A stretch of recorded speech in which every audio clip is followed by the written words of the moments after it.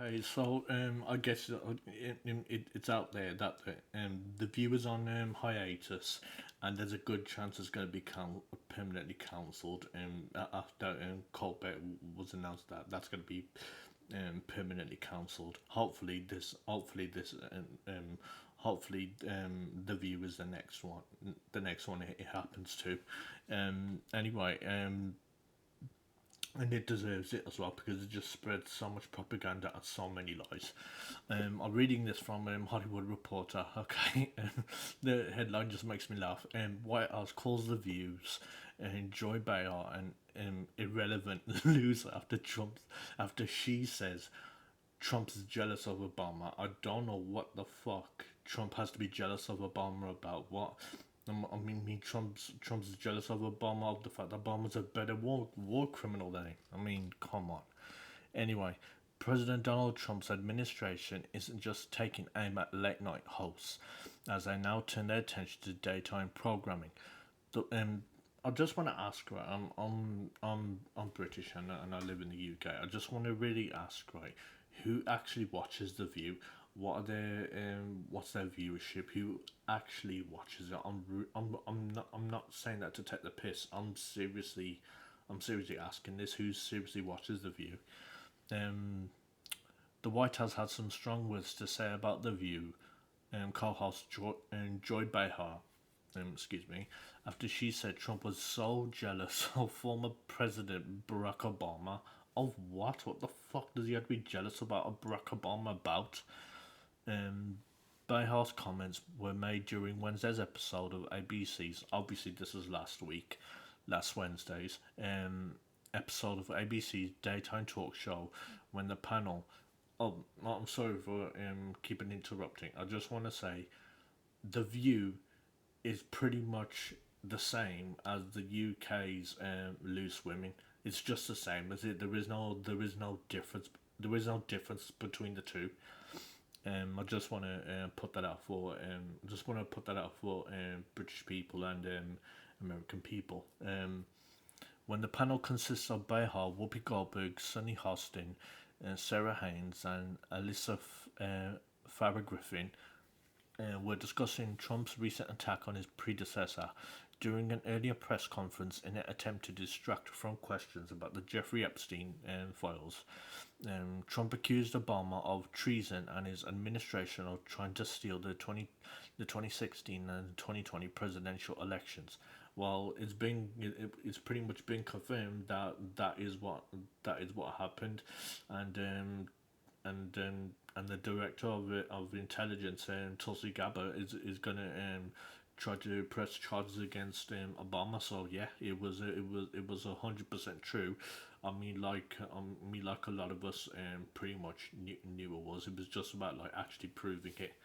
Um, in response, Obama spokesperson Patrick Rodenbush called Trump's claims outrageous, bizarre, and a weak attempt at distraction. On the View, Behar also has some thoughts. First of all, who tried to overthrow the government on January 6th? Who was that again? That was not Obama, she said, referring to the deadly insurrection on the United States Capitol on January 6, 2021, which was mostly led by Trump supporters. No, the Trump supporters were not the ones that caused what happened. Just so you know, the footage is out there, so I don't need to tell you about it. The thing about him is he is so jealous of Obama because Obama is everything that he is not. Trim, smart, handsome, happily married, and can sing Al Green's "Let's Stay Together" better than Al Green. What the fuck does being trim, being handsome, being happily married, even though I personally don't believe it. And I mean, have you seen what Michelle Obama looks like? Yeah, I wouldn't blame him if he's cheating on her. And can sing Al Green's "Let's Stay Together." What the fuck does any of that have to do with being a president? None. It doesn't have anything to do with it, and Trump cannot stand it. It's driving him crazy, Behar added. White House spokesperson Taylor Rogers then clapped back at the View co host in a statement shared with the Hollywood Reporter, which read, Jayhart, Joy Behar is an irrelevant loser suffering from severe case of Trump deranged syndrome. Yeah, yeah. It's no surprise that the views ratings hit an all-time low last year. Ooh, okay. She should self-reflect on her own jealousy of President Trump's historic popularity before her show is the next to be pulled off air. Over the past week, Trump has been firing off attacks on late night hosts. After it was announced that Stephen Colbert's The Late Show would be coming to an end in May 2026, CBS, which is owned by Paramount Global, cited a financial decision. Yeah, a financial decision. I'm not even fucking surprised because since his ratings were not climbing up, he was costing them tens of millions of dollars per year. So it's no shock. And by the way, they're not blaming CBS. They're not blaming CBS whatsoever. They're all blaming Trump when this was a CBS decision. Um, Amid a declining linear TV landscape for the cancellation. However, there has been other speculation swirling as the news came shortly after Paramount agreed to pay 16 million to settle a lawsuit from Trump, who sued over former Vice President Kamala Harris' 60 Minutes interview. Sources previously told THR that Paramount believes the lawsuit posed a threat to Skydance's deal to acquire the company as it seeks approval by the FCC under the Trump administration. Colbert has openly criticized the settlement on his CBS show. Following the news, and Trump took his Truth Social platform to positively gloat about the late show being cancelled, writing, "I absolutely love that Colbert got fired. His talent was even less than his ratings. I heard Jimmy Kimmel is next has even less.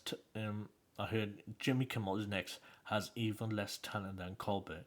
Colbert later clapped back at the president, saying on his show, "How dare you, sir? How dare you?"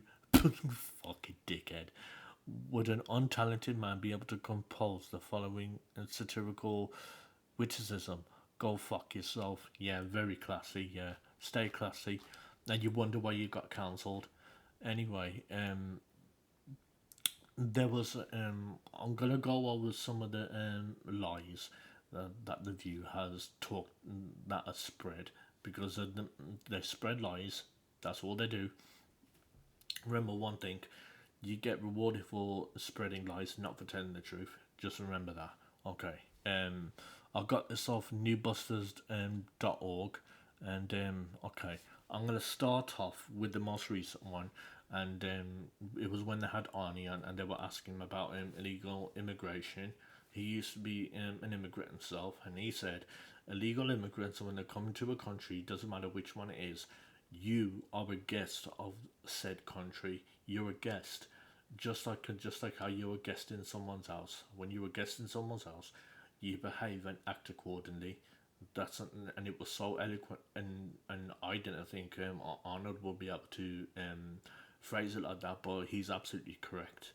But that was the first one I put, and the second one, the View blames GOP gun lapel pins for causing kids to die. I didn't know about this. Okay, the View's most disgusting series of lies all involve telling America that Republicans want or get rich off the death of kids. Um, well, the thing is, the ones who get rich of people are the elites, but that's not just narrowed down to Republicans. And by the way, that doesn't mean that's the whole Republican Party.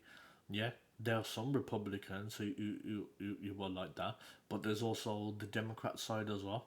I would say that the Democrats, or that there's a lot more Democrats that are like that are more than Republicans, and also it's also the war machine, the pharmaceutical corporations, and also what else, and just the private sector. Anyway, after Georgia Republican Congressman Andrew Clyde, who owns a gun store, hand out AR-15 shaped lapel pins to his colleagues. Co-host Joy Behar suggested the pins were responsible for killing kids. This is promoting more and more gun love, love of guns, and that's the kind of society we're in. Many of these people don't seem to understand that their actions are causing kids to die, she screeched. No, what you need to understand is the um, guns, firearms fall under the Second Amendment. It's right there. All you need to do is just look into the Constitution. It's right there. The right to bear arms. That's what it is. Number two, the View claims the GOP makes a lot of money off children's deaths. And, you can relate this to number two, but I'll get into it. That wasn't the only time in 2023 they fabricated misinformation about Republicans and their support for the Second Amendment. Because the thing is, look, you cannot get rid of the Second Amendment, because if you're going to get rid of the Second Amendment, you have to get rid of free speech, which obviously that's what the View is in favor of. But you also have to alter the Constitution, and you cannot do that. A bitter Behar accused congressional Republicans of not passing gun control because they are getting rich off dead kids. Nothing. They'll do nothing. They do nothing. It's all about the money, she sneered. Okay, follow the money. This is what this is all about. The gun lobby. All these people who are selling guns, they make a lot of money off children's death, apparently in this country. Well, the thing is, it's not just that, something. You can die not from a single bullet, and you know what that is. Alcohol. Alcohol is more easy to get than buying a gun. Just my opinion. I'm just saying. And also, you could die from overdose on pills, because you can get pills from the doctor, can't you? Um, I'm just putting out there, just so you know. Um, June. Oh, I'm sorry. The next one, The View kicks off Pride Month claiming GOP wants gays executed. What the fuck? June was Pride Month, but they're trying to. This sounds like they're trying to say on what Shabarank said on that UK show back in the early 90s, on when he said that in gays deserve crucifixion, basically deserve death. No one has ever said, anyone who was against Pride Month has ever said they want gays dead. They never said that. I certainly wouldn't say that. June was Pride Month, and so to satiate their apparent desire to keep death a part of the conversation, they insisted that conservatives wanted homosexuals executed. Of course, it came from Behar again. In Uganda, they just imposed a stringent law, life imprisonment or execution if you are considered to be homosexual. 64 countries, half of them are in Africa, criminalise homosexuality. The other half are all over the place. I mean, is this what we want our country to be like Uganda? I mean, come on, or Russia. First of all, that was Uganda, and that was in Uganda, right? Where you get criminalized for being considered homosexual. That's not America. So I don't know what the hell they're talking about. They're very very confused, and I don't think they know what the hell they're talking about. Um, the next one, The View, power hungry GOP only win elections by cheating. Keeping to focus on Behar, she dabbled in a bit on an election deniers in the spring, as she suggested that the only way Republicans win any election was by cheating. And they said it all, but this is the beginning of the end of the Republican Party. No, it wasn't. As I see it, I don't see the government to win elections anymore in this country. She proclaimed. Wow, bitter in the arse, didn't it? The only way the Republican Party fights against this is to raise the voting age, stop people from voting. All they do is tricks. Isn't that what the Democrats do? Very very strange. A staunch racist and anti-Semitic co-host Sonny Hostin chimed in to suggest Republicans don't have any proposals. They don't have a platform, but what they did was have a grievance politics and scaring people. Isn't that what you do on your show every week? The next one, and Disney's attack dogs. The View unloads insane lies, hate on DeSantis. Florida Republican Governor Ron DeSantis was arguably the View's single greatest target for their misinformation within the Republican Party in 2023. They essentially acted as Disney's attack dogs, spewing all sorts of lies about Ron DeSantis' policies and education standards. Moderator Whoopi Goldberg claimed that he was trying to pretend an entire section of the United States, black Americans, don't exist. A for conservative Elisa Varyn Griffin falsely claimed DeSantis was talking about erasing history like slavery and the Civil War from Florida's education standards. Um, they seriously don't understand that. I don't think they seriously don't know American history. I don't think they do know. I don't think they do know. They seem to forget that the thing is, Africa sold slaves, maybe to America, most likely America. They seem that part seems to be not told in American schools or in the American education system, as far as I'm aware. But the only way I knew about that was Candace Owens was talking about it, and on how they conveniently leave that out. But the next one, the View claims fascist DeSantis plans to ban the alphabet. Their misinformation about Florida's education standards was so out of control that fake Republican co-host Anna Navarro asserted DeSantis was looking to ban the alphabet. He's against LGBTQ. I think he's going to ban the alphabet. Holy hell, she exclaimed. Bayard just had to get her rusty 2 cents to add. These people, these fascists out there like DeSantis, they think we're going to just sit back and let them do whatever they want. No, we're not. We've seen this movie before. Okay, those of us who lived in the 60s and 70s, we saw this movie. There were many fascists coming down the pike. What the hell movie is she talking about? I don't know what the hell she's talking about. And just because you put in bans against the LGBTQ community, that doesn't necessarily mean you want to ban the alphabet. What the hell are they talking about? Um, the next one, Bayar claims GOP wants to ban Holocaust from history classes. There's obviously a pattern that Bayar is a source of a lot of the malicious misinformation coming from the View. And during International Holocaust Remembrance Day, she proclaimed that Republicans are trying to eliminate teaching about the Holocaust from history classes. Well, the thing is, I guarantee you, um, there are sections of the Holocaust that is not taught in schools, even in college, maybe universities too. I guarantee you they do not teach you everything about the Holocaust. That's why I say public libraries are essential. Public libraries are essential because you're going to learn about stuff in those books, which you won't learn in like schools, colleges, and universities. Anyway, I think she says, I mean they don't want to teach. Yeah, she says, I mean they don't want to teach history in this country. They don't want to teach as CRT.